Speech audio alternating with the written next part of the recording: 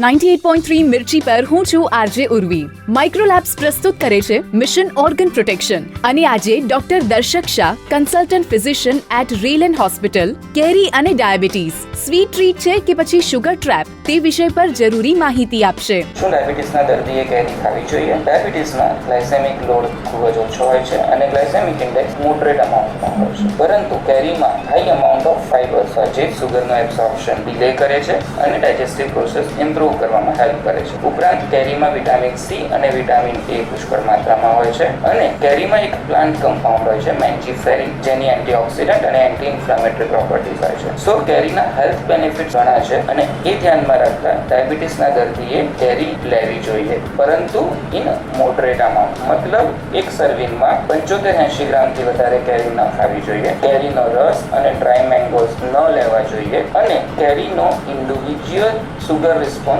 Check કરવો જોઈએ. મતલબ કેરી લીધા પહેલાનું સુગર અને કેરી ખાધા પછી 2 કલાક પછી સુગર ચેક કરવું જોઈએ. જો એ સુગરમાં ઇનએડવરન્ટલી હાઈ સર્જ દેખાય છે, હાઈ સુગર દેખાય છે, તો એવા દર્દીઓએ કેરી અવોઇડ કરવી જોઈએ અને એમના ડાયટરનો અને ડોક્ટરનો કન્સલ્ટ કરવો. Thank you. This information is provided in public interest by Microlabs Limited.